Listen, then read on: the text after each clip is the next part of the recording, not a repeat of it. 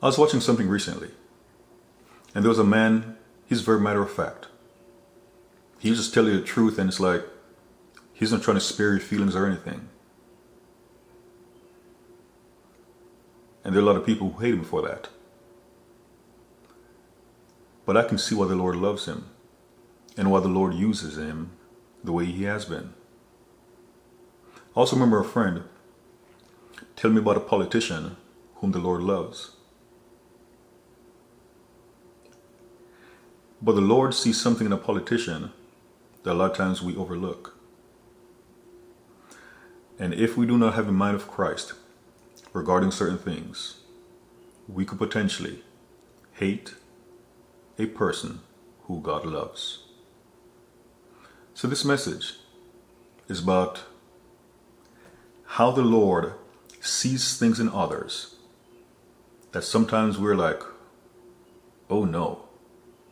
And the exact thing that we're saying oh no for is why the Lord is saying, oh yes. That is a perfect vessel for an assignment that I have. And an example is David. In 1 Samuel 17 verse 28, David obeyed his father Jesse, went to go check on his three eldest brothers who were serving King Saul's army, while Goliath was raging against the army, challenging one of them to come out and face him. When David showed up, he was willing to do it. And in verse 28 it reads, And Eliab his eldest brother heard when he spake unto the men, and Eliab's anger was kindled against David. And he said, Why camest thou down hither? And with whom hast thou left those few sheep in the wilderness? I know thy pride, and the naughtiness of thine heart. For thou art come down, that thou mightest see the battle. This was Eliab. In a previous chapter, he had seen when Samuel the seer showed up to anoint David as Israel's next king. So the Lord passed over David's 7 brothers and chose him as king, and Eliab witnessed it. So why was Eliab treating David this way? See, this is what can happen if we don't see a person the way God sees a person. So he spoke about David's pride and the naughtiness of his heart. The naughtiness of his heart. But in 1 Samuel 13, verses 13 through 14, when King Saul started messing up, it reads, And Samuel said to Saul,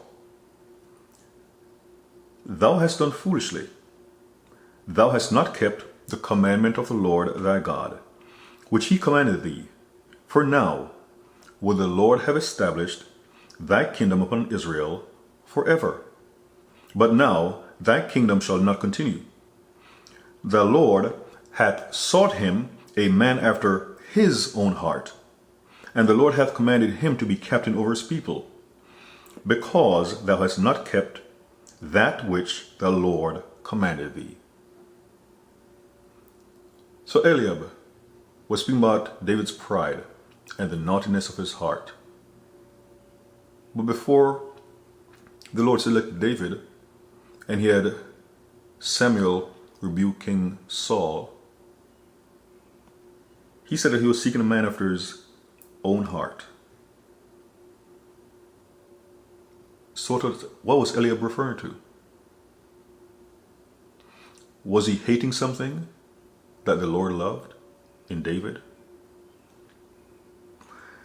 In 1 Samuel 16, verses 6 through 7, it is written, And it came to pass, when they were come, that he looked on Eliab, and said, Surely the Lord's anointed is before him. But the Lord said unto Samuel, Look not on his countenance, or on the height of his stature, because I have refused him. For the Lord seeth not as man seeth, for man looketh on the outward appearance, but the Lord looketh on the heart.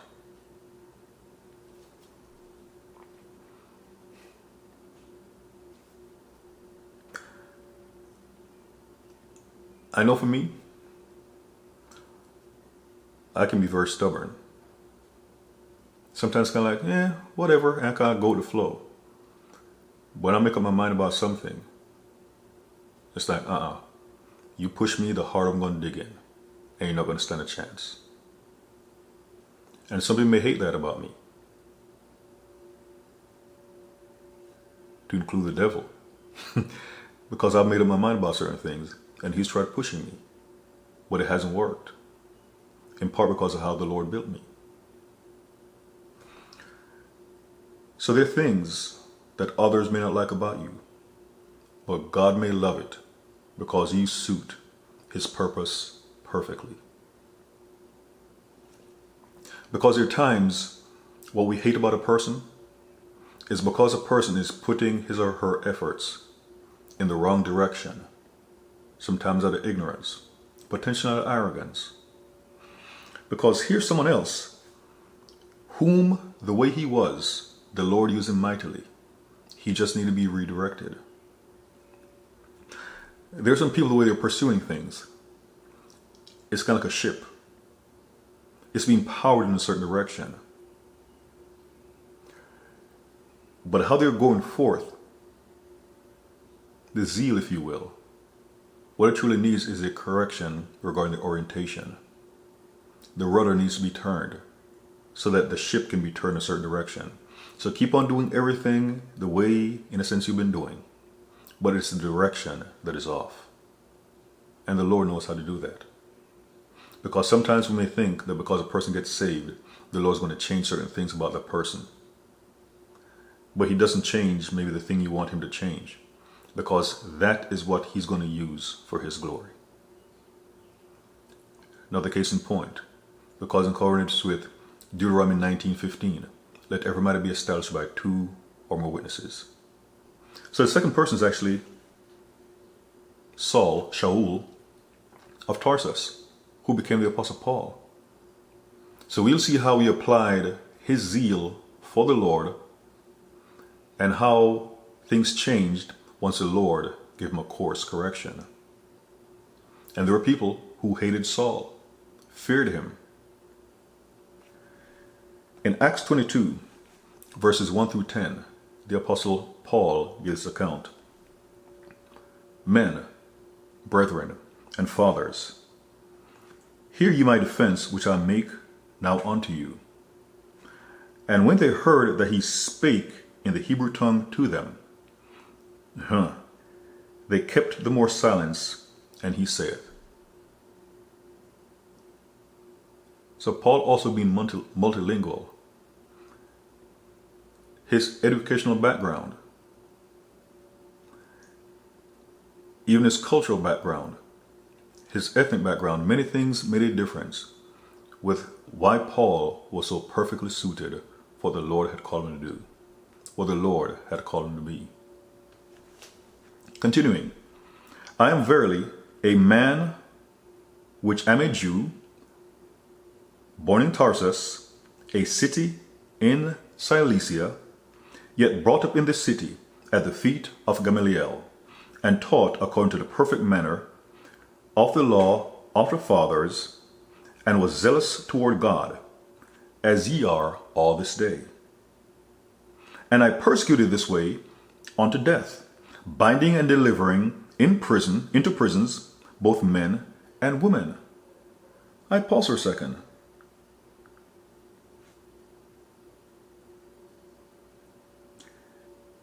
He was a Jew and also Roman by birth. He studied under Gamaliel, a doctor of the law, one who's mentioned in Acts 5. He was a Pharisee. So we see all these things, and we see as if all these things counted against him. But it formed a foundation for what the Lord needed him to do. And he mentioned about he was zealous toward God. He was zealous toward God. But then said, and I persecuted this way unto death. He was zealous toward God, but he was an antichrist for a while. because he was persecuting those who had accepted Jesus as the Christ, as the Messiah. Again, he had a zeal for God, but the zeal was misdirected. He needed a course correction. So in the beginning, who could have envisioned the kind of man Paul could have been for the Lord? People feared him, hated him, but God saw something in him he could use for his glory. Continuing, as also the high priest doth bear me witness, and all the estate of the elders, from whom also I received letters unto the brethren, and went to Damascus to bring them which were bound unto Jerusalem for to be punished. Oh my gosh. And it came to pass that, as I made my journey, and was come unto Damascus about noon, suddenly there shone from heaven a great light round about me, and I fell unto the ground. And I heard a voice saying unto me, Saul, Saul, why persecutest thou me? And I answered, Who art thou, Lord? And he said unto me, I am Jesus of Nazareth, whom thou persecutest. And they that were with me saw indeed the light, and were afraid. But they heard not the voice of him that spake to me. And I said, What shall I do, Lord? And the Lord said unto me, Arise, and go into Damascus, and there shall be told thee of all things which are appointed for thee to do. Saul was blinded by that light. The Lord sent Ananias. Well, initially he tried sending Ananias to go pray for Paul, because Paul, Saul, had a vision of a man named Ananias coming to pray for him. But Ananias was reluctant. He was like, hey, he's one who persecuted the members of the way. But the Lord told him that he was his chosen vessel, and even that he would show him what great things he must suffer for the Lord's name. Who could have initially envisioned that with a course correction, what a mighty man of God Paul could have been for the Lord? So sometimes we hate what God loves because people are operating out of ignorance, and we can't envision that the Lord will turn a person's life around.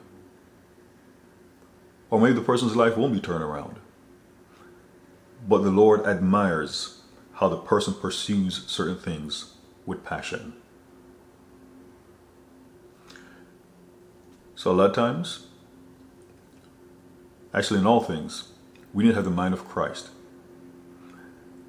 And we may not be able to see what a person will become.